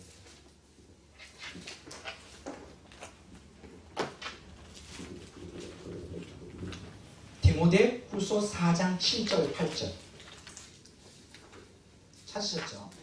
다 같이 읽어보겠습니다. 나는 선한 싸움을 싸우고 나의 기름을 지고 믿음을 지켰으니 8절 이제후로는 나를 위하여 위의 멸류관이 예비되었으므로 주곧 의로우신 재판장이 그날에 내게 주실 것이며 내게만 우리가 주의 나타나심을 사모하는 모든 자에게도 이라.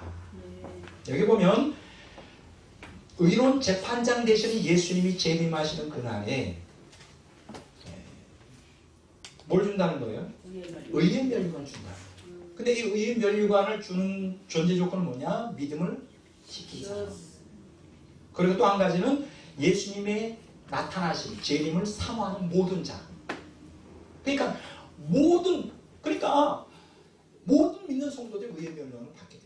의의 멸류관을 받는다는 것은 뭐냐? 구속사의 주인공이라는 표징이에요. 여기서 중요한 것은 뭐냐? 믿음이에요. 믿음. 근데 여기서 믿음은 일회성적인 믿음이 아니라 믿음을 지켜야 돼요. 그러면 믿음을 온전히 지키려면 어떻게 되느냐? 투쟁적인 믿음을 가져야 돼요. 제가 항상 강조하는 것은 뭐냐? 선한 싸움을 싸웁니다. 10절에 선한 싸움을 싸우고 달려갈 길을 마칠 때까지 이 세상 떠나는 날까지 영적 전쟁을 아주 전투적으로 하면서 믿음을 지킵니다. 그럼 믿음을 지킨다는 건 뭐냐? 믿습니다. 그것만 지키는 건 아니에요. 순종하는 믿음을 지켜야 돼요. 말씀에 순종하기 위하여 오는 유혹들도 과감하게 주님을 은총을 의지하여 싸우고 또 내게 말씀을 지키지 못하고 하나님의 뜻에서 벗어나게 하는 그 여러 가지 시험에도 과감하게 선한 싸움을 싸우면서 말씀에 순종하는 믿음이 있어요. 그런 사람은 누구나 다 구속사의 주인공이 될 수 있어요. 그냥 교회만 왔다 갔다 일주일에 한 번 예배 시간에만 하나님이 나의 하나님이 되고 그 후에는 다 내가 하나님 노릇하는 사람은 세속사의 주인공도 못 되고 아니 세속사의 주인공은 될지 모르죠. 구속사의 주인공도 못 되고 더 중요한 것은 지옥 갈 수가 있습니다. 그냥 겨우 구원받는 게 아니라 아예 지옥 갈 수가 있어요. 아주 조심해요. 그러니까 신앙생활에는 구원에는 중도적인 일이 없어요. 그냥 겨우 구원받는다 그거 없어요. 이거 아니면 저거예요. 천국 들어가려면 온전히 말씀에 순종하는 신앙을 갖든지 아니면 지옥 가든지. 제가 성경을 수십 년 연구하면서 얻는 귀결점이에요. 둘 중에 하나예요. 그래서 적당히 구원받는 건 없어요. 적당히라는 건 없어요. 두고 보면 알아요. 아마 많은 분들은 이제 제가 오늘 강의에 다 못하면 다음 주까지도 이어지는데 저의 그 신학상에 대해서 많이 불만들을 가져요. 왜냐하면 저는 꼭 말씀에 순종하는 신앙을 강조하고 그냥 믿으면 어떠냐. 지금까지 우리가 배운 거는 그냥 믿음을 천국 은혜로 주님의 크신 은혜로 예수님의 피로 우리가 구원받는다고 그동안 신학에 가르쳤고 그렇게 믿어와서 편하게 신앙생활 했는데 그것만 가지고는 안 되고 말씀에 순종하는 신앙을 자꾸만 강조하니까 그렇지 않으면 구원이 위험하다고 하니까 저를 싫어하는 사람들이 있어요. 뭐 그건 관계없어요. 싫어하든 좋아하든 관계없는데 한번 좀 생각해 보세요. 한번 솔직하게 한번 생각해 보세요.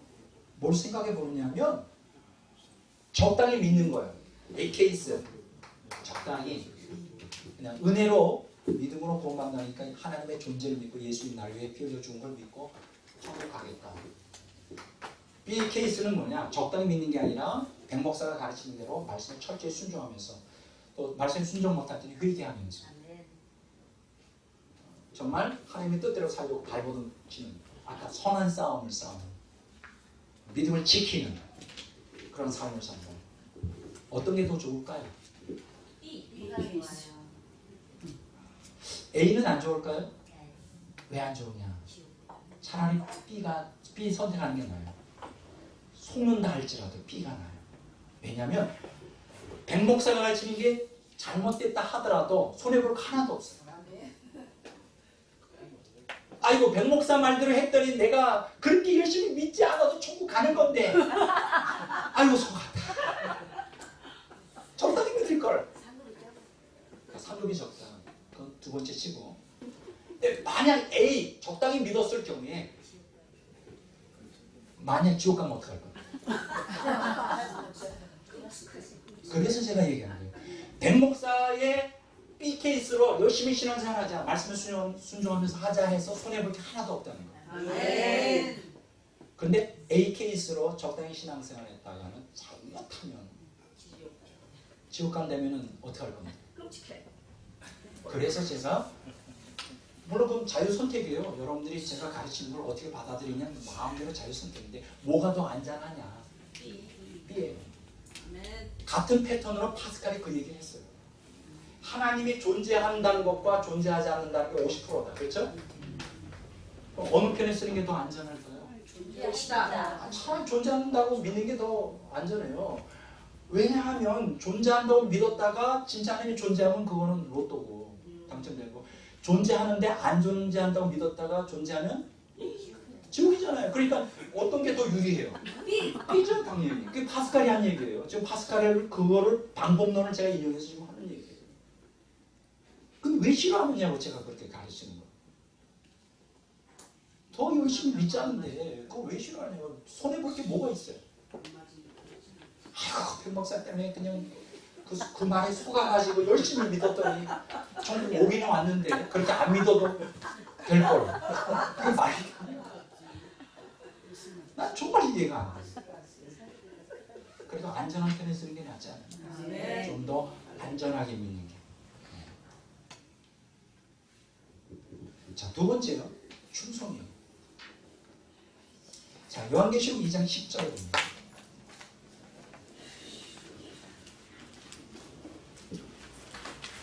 자, 다 같이 읽어보겠습니다. 너는 장차 받을 고난을 두려워하지 말라. 볼지어다 마귀가 장차 너희 가운데서 몇 사람을 옥에 던져 시험을 받게 하리니 너희가 10일 동안 환난을 받으리라. 내가 죽도록 충성하라. 그리하면 내가 생명의 멸류관을 내게 주리라. 여기서 생명의 멸류관, 이건 구속사의 주인공들이 봤는데 뭐냐? 충성이에요.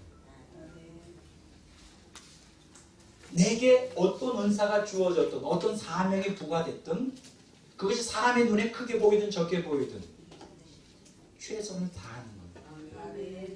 아까 제가 얘기했죠? 세속사의 주인공이 되려면 창의력과 집중력과 노력을 해야 되는데, 여러분 보세요. 집중력과 노력이 충성에 관련되는 거죠.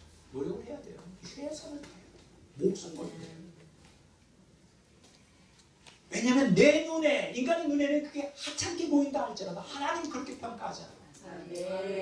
하나님은 외형적인 것을 가지고 사람을 높고 낮음을 평가하는 게 아니라 그 중심의 본질, 순수성, 사랑, 그거 보고 거기에 대하여 평가를 해요. 그렇기 때문에 하나님 눈에 볼 때 그 시동치 않은 쓸데없는 하찮은 일은 존재하지 않아요. 무슨 일을 하든지 주님을 섬기는 마음으로, 진실한 마음으로 가지고 목숨을 걸고 최선을 다해요. 사랑과 진정성과 진실과 성실로 하면 사람이 볼 때는 신동치 않은 것 같지만 그것이 구속사의 주인공이 됩니다. 지름길입니다. 그래서 제 자랑이 아닙니다. 저는 그렇게 하고 있어요. 교단 일을 할 때, 신학교를 할 때, 영혼 도덕 강의를 할 때 최선을 다합니다. 사랑과 진실로 합니다. 성실로 합니다. 그러니까 놀라운 일이 뭔지 아세요? 사람들이 알아요. 그러니까 자꾸만 교단에서도 신학교도 자꾸만 중첩을 맡기려고 그래요. 그래서 제가 안 된다고. 왜냐면 제가 해야 될 본업이 있잖아요. 집중을 해야 되잖아요. 저에게 가장 중요한 건 연구원 사역이에요. 여기 올인을 하고 있어요, 사실. 그래서 거절하죠. 저희 교단에도 다른 사람들 많아요. 그 사람, 그래서 제가 감독님께 그랬어요. 다른 사람 키워야 됩니다. 내가 좀 일을 한다고 해서 나한테 다 맡겨버리면 하지도 못할 뿐더러 그렇게 되면 안 됩니다. 여러분, 여러분들이 어떤 일을 하든지 어떤 단체든지 뭘 하든지 최선을 다하세요. 충성하세요. 그럼 사람들이 그걸 알아요. 충성 중요합니다. 진실과 성실로 하는 거예요. 무슨 일이든지 충성을 다하는 거예요. 생명의 멸류관을 준다고 했어요. 자, 세 번째는 뭐냐? 인내예요. 우리가 믿음을 한 번 갖고 충성 한 번 하기 쉽죠. 근데 꾸준히 비가 오나 눈이 오나 기쁠 때나 슬플 때나 인내심 가지고 변함없이 야고보서 1장 12절 봅니다.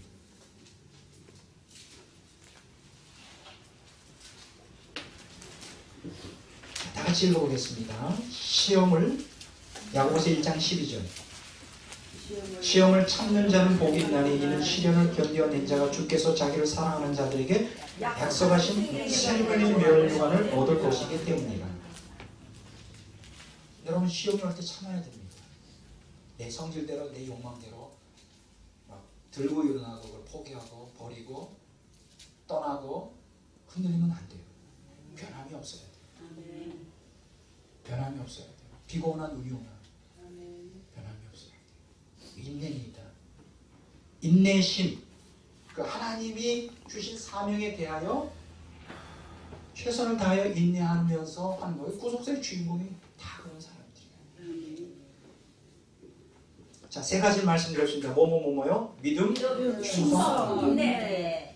여러분 하나님께서 어떤 사람에게조차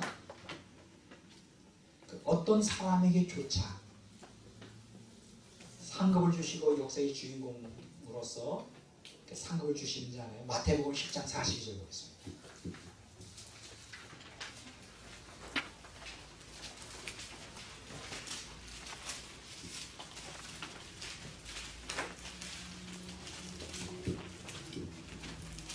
마태복음 10장 42절입니다.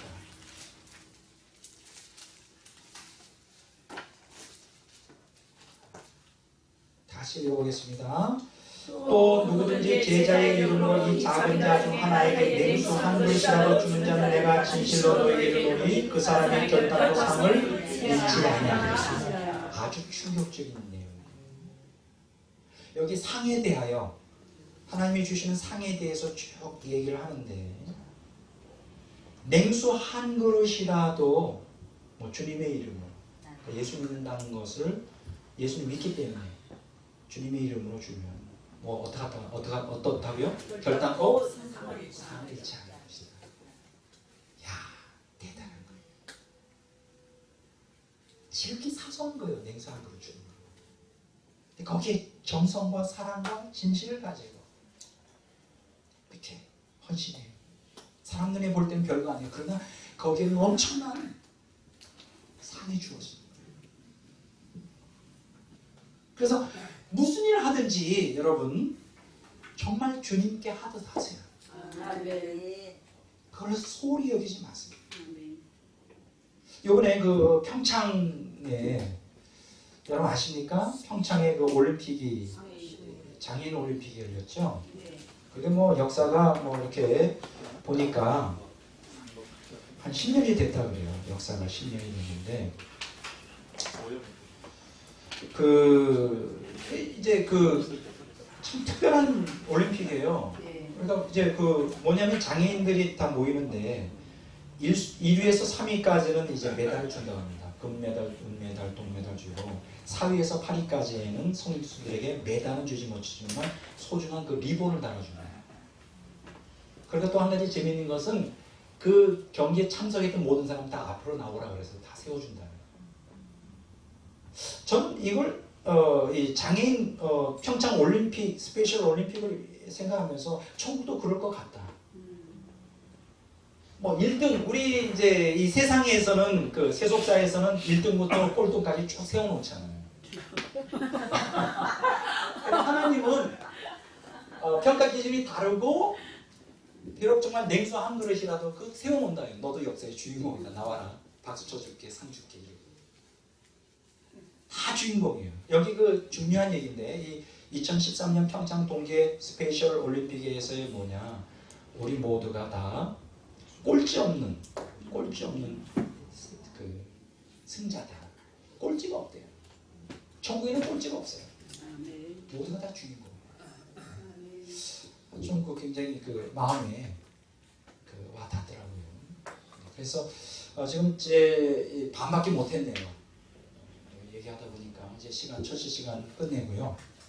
이제 이어서 둘째 시간에 계속 강의하도록 이렇게 하겠습니다. 잠깐 기도하겠습니다. 하나님 아버지 감사합니다. 우리는 세속사와 구속사의 주인공에 대하여 서로 차이점을 발견하고 우리로 하여금 구속사의 주인공이 될 수 있는 신앙과 열정을 허락하여 주시옵소서. 감사히 예수 그리스도 이름으로 기도드립니다. 아멘. 복음성가 한 번 부르고